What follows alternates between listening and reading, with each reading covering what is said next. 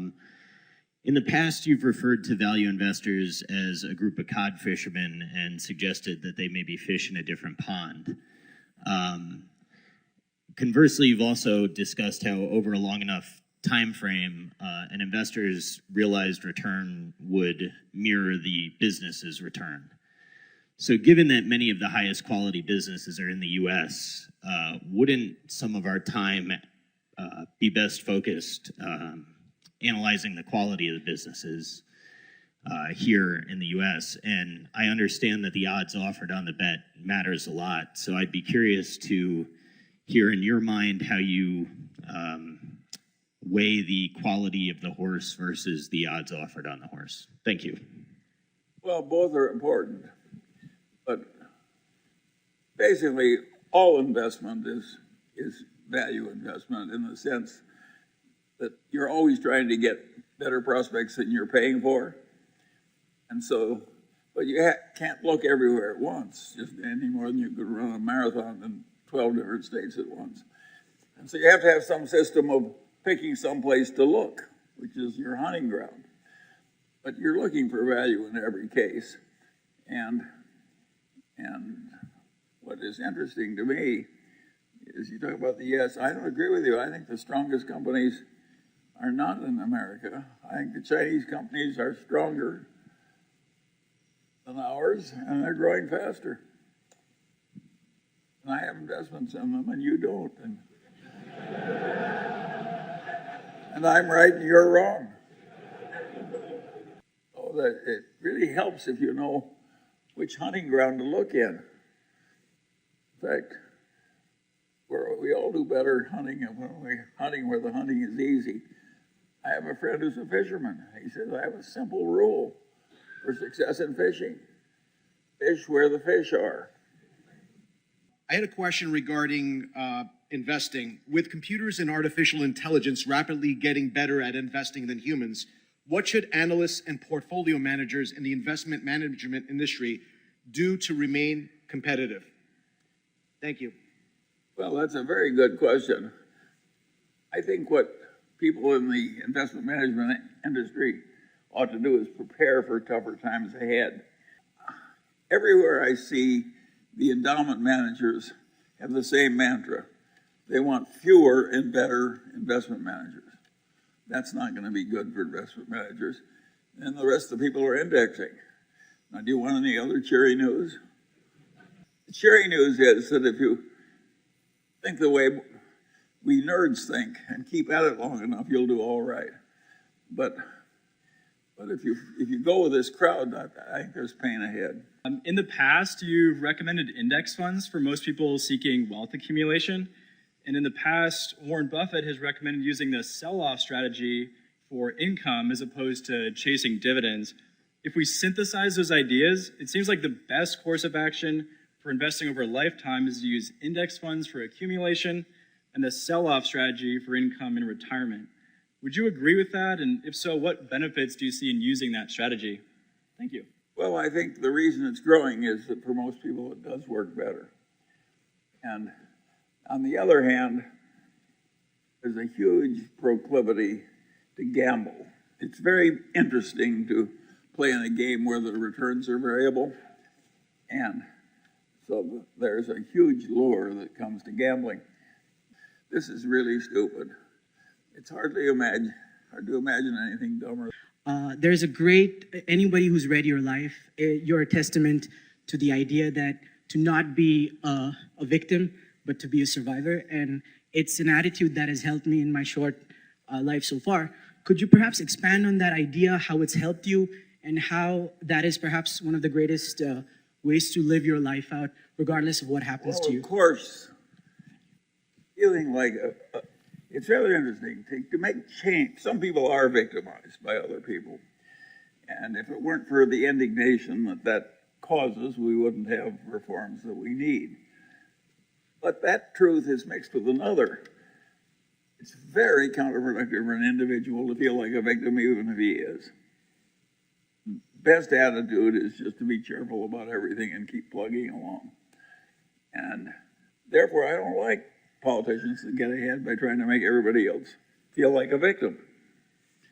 and they make my flesh crawl. And I just don't believe in it. Of course, who wants to be a victim instead of a survivor? Of course we want. But feeling like a victim, you can recognize your position is bad and try and improve it. That's okay. But to have a deep feeling of victimhood and it's all somebody else's fault is a very counterproductive way to think. People don't even like being around it. It's really stupid. And yet our politicians build on it and try and make their careers work by doing something that's very bad for all the people they're talking to. And they think they're doing the world's work. The Daily Journal and Berkshire own a lot of the very large banks. I suspect many people in this room do. I know I do. Kind of tailgating you and Mr. Buffett. My question is concerning some of the fintech technologies coming up. Your position on crypto is very clear, but some of the other fintech technologies, my question is, do you see them as being a threat to the long-term profitability of those large banks? Well, I don't know much about crypto technologies except to avoid them. I hate things like Bitcoin. I mean, I hate things that are intrinsically antisocial. Of course, we need real currencies. And one of the interesting things about the current condition is that we Americans have created the reserve, by accident, have created the reserve currency of the world. And the world needs a reserve currency. And I don't sense any great sense of trusteeship among my fellow Americans for behaving very well in our responsibilities to the rest of the world with our own currency. Our attitude is we'll do what pleases us. That's not my view. I think once you get a big responsibility to other people that are depending on you, you ought to think about them too. We have record budget deficits, record unemployment, and record expansion of the balance sheet. Why do you think we don't have inflation? And secondly, could you recommend some good books you've read the last year? Well, regarding inflation, the economists of the world thought they knew a lot more than they did. What has happened is weird, that in response to the Great Recession, all the nations of the world have printed money like crazy and have bought all kinds of investment assets. And they've done things that nobody in the economics profession would have recommended on this scale, even 5 or so years ago. And yet the inflation has been very low. I think we all have a lot to be modest about when we talk about economics. Lyndon Johnson said that giving a talk on economics was a lot like pissing down your leg. He says it feels hot to you, but it doesn't influence anybody else very much. I want to ask you about Tesla. The company has a market capitalization of about $140 billion. It traded last week about $200 billion in stock and traded about $500 billion in options. And the stock moved about 20% a day. Meanwhile, Mr. Musk seems thrilled to stoke this volatility. I wanted to know what your thoughts are on this situation, and particularly what your thoughts are on Mr. Musk's behavior.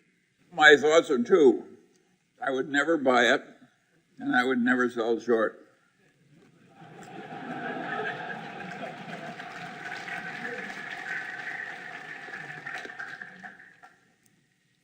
I have a third comment. There was a man found in Los Angeles for years named Howard Amundson. He once said something that I've taken to my heart. He said, "Never underestimate the man who overestimates himself." I think Elon Musk is peculiar, and he may overestimate himself, but he may not be wrong all the time. Any secret of longevity? And how many hours do you work a day? How do you stay so current with all the information, like a lifelong learner? Well, I don't think I deserve any credit for longevity. It just happened. I don't have any.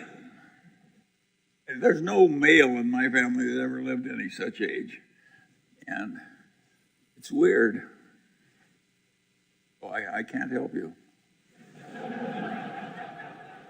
There are over $10 trillion of securities around the world with a negative yield, and by the president's Twitter feed, it seems that he wants to bring negative interest rates to the United States. Are you for negative interest rates or against them? Negative interest rates make me very nervous. However, I don't think the authorities had much choice. It's politically impossible to do big stimulus rapidly, and the only weapon they had in a crisis was to print money and change interest rates. And I think it was probably the right thing to be done. Of course, it makes me nervous. And I think, having worked once, people will overdo it. And that's the nature of governments and people. And of course, that makes me nervous. I don't know what to do about this. I came to your meeting back in the 80s. I think we had 25 or 30 people at your annual meeting. The question I have, with the deficit so high, with interest rates, is interest rates in more of a bubble situation? And I remember back in the 70s, we had the Nifty 50. Is our technology stocks in the same criteria as it is now? It looks like there's 10, 15 stocks everybody's investing. The value situation has been down for the last 4 or 5 years. I was also looking at a couple of stocks that you own, Kraft Foods, with your 26% in the company. How come does it make sense for your company, for Berkshire Hathaway, to buy out Kraft Food completely and take advantage of the low price? Well, I don't think I can comment about what Berkshire Hathaway might do next and what price. But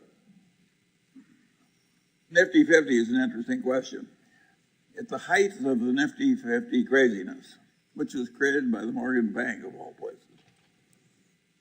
had a home sewing company who was selling her 50 times earnings. Home sewing. Great God. We are not that crazy yet.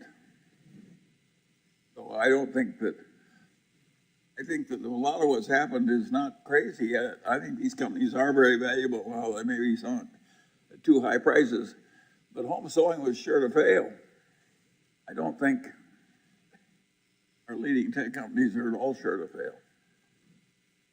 Well, I think it's not nearly, the current situation is not nearly as crazy as what Nifty 50 was. Absolute dementia. Just wanted to ask you a quick question about the fact that you were an early proponent of electric vehicles, specifically your investment in BYD. I wonder if, from your perspective today, other technologies like hydrogen fuel cells or others that may come to mind are equally important in terms of their emerging capabilities and what sort of impact they may have. Well, I think electric vehicles will be more popular than hydrogen fuel cells. Getting the sun's energy transferred into electricity and electricity into the vehicles is basically a good idea for the long pole. And I think all the technology is going to work. And some of it's actually improving. We may get a lithium battery that's actually quite safe and more energetic than those we have now. Well, I think that's all to the good. When I came to California, we had a petroleum club. We had wildcatters. We had a big oil industry. It was a little like Texas. I don't think we found any new oil to speak of in California in decades. I think it's dangerous to rely on hydrocarbons for energy. Of course, we've got to take more of it directly from the sun. There's a lot of talk these days about the climate and the environment, and funds divesting fossil fuels and countries trying to figure out how to generate electricity without polluting the environment. Could you give us your thoughts on nuclear power? I know Bill Gates has been a pretty vocal supporter of it, and I read that Warren used to invest in uranium back in the 50s, and he more recently helped fund a uranium bank in Central Asia. So if you had any comments on that as well, thank you. Well, I admire Bill Gates, who feels the duty to throw money at stuff that's unpopular elsewhere and that might possibly work. Oh, I think it's an admirable charitable effort by Bill Gates and one for which he's very well suited. I don't know whether we're going to get safe little atom plants or something, but I think it's certainly worth thinking about. The problem with it, of course, is that fissionable material do you want a bunch of crazy humans to have? And I don't know the answer to that question. So my question is on universal basic income. So it is a governmental public program for a periodic payment delivered to everyone without any work requirement. So I'm just curious about your opinion on a plan like this. Thank you. Well, if you did enough of it, you'd totally ruin everything. Little of it we can afford. What the exact mix is, we'll be determining through the political process forever. You talk frequently about having the moral imperative to be rational, and yet as humans we're constantly carrying this evolutionary baggage which gets in the way of us thinking rationally. Are there any tools or behaviors you embrace to facilitate your rational thinking? The answer is, of course. I hardly do anything else. And one of my favorite tricks is the inversion process. And I'll give you an example. When I was a meteorologist in World War II, they told me how to draw weather maps and predict the weather. But what I was actually doing is clearing pilots to take flights. And I just reversed the problem. I inverted. I said, suppose I wanted to kill a lot of pilots. What would be the easy way to do it? And I soon concluded that the only easy way to do it would be to get the planes into icing the planes couldn't handle, or to get the pilot to a place where he'd run out of fuel before he could safely land. So I made up my mind I was going to stay miles away from killing pilots by either icing or getting them into socked-in conditions when they couldn't land. I think that helped me be a better meteorologist in World War II. I just reversed the problem. And if somebody hired me to fix India, I would immediately say, what could I do if I really wanted to hurt India? I'd figure out all the things that could most easily hurt India, and then I'd figure out how to avoid them. Now, you'd say it's the same thing, it's just in reverse. But it works better frequently to invert the problem. If you're a meteorologist, it really helps if you really know how to avoid something, which is the only thing that's going to kill your pilot. And if just constantly avert. You don't think of what you want, you think what you want to avoid. Or when you're thinking what you want to avoid, you also think about what you want. And you just go back and forth all the time. Peter Kaufman, who's here today, he likes the idea that you want to know how the world looks from the top looking down, and you want to know what it looks like from the bottom looking up. If you don't have both points of view, your reality recognition is lousy. I have a question about, if you were researching a new company that you've never heard of, how would you approach the research process? How much time would you spend if you performed an intrinsic value estimate and the company was expensive? Would you still continue following the company closely and researching it, or do you kind of try to get to a valuation pretty quickly, and if it's not cheap, kind of move on? How do you balance the time you spend on companies? I want to think about things where I have an advantage over other people. I don't want to play a game where the other people have an advantage over me. So if you have a pharmaceutical company and you're trying to guess what new drug is going to be invented, I've got no advantage. Other people are better than I am. I don't play in a game where the other people are wise and I'm stupid. I look for a place where I'm wise and they're stupid. And believe me, it works better. And you have to know the edge of your own competency. You have to kind of know this is too tough for me. I'll never figure this out. I'm very good at knowing when I can't handle something. I'm Ariman. I'm a student at USC, And just had a quick question. I'm 18 right now. I'm in college, and sometimes I lose interest in what I do. And you're 96, and you're so passionate about what you do. So what keeps you going? Like, how do you still have the motivation? Thank you. Well, maybe I've been lucky. I like what I do. I have wonderful partners and friends. I have a nice family. My problems are interesting to me. I have been a very fortunate man, and I don't know how to make everybody else lucky. Well, I could have had a different hand and been some miserable alcoholic throwing up in the gutter. I don't think I deserve any great credit for having stumbled into a reasonable amount of publicity. I do think that trying to be rational helped. That's the only thing you've got if you're a fellow nerd. There's no point in you're not going to be a sex object. You may have to rely on your rationality. Over the years, you've shared lots of comments about India and China. I would love to hear any and all insights you have about your friendly neighbors to the north, whether it's our Canadian political system, banking system, housing sector, resources and industry, healthcare system. Any and all insights, wisdom on Canada would be much appreciated.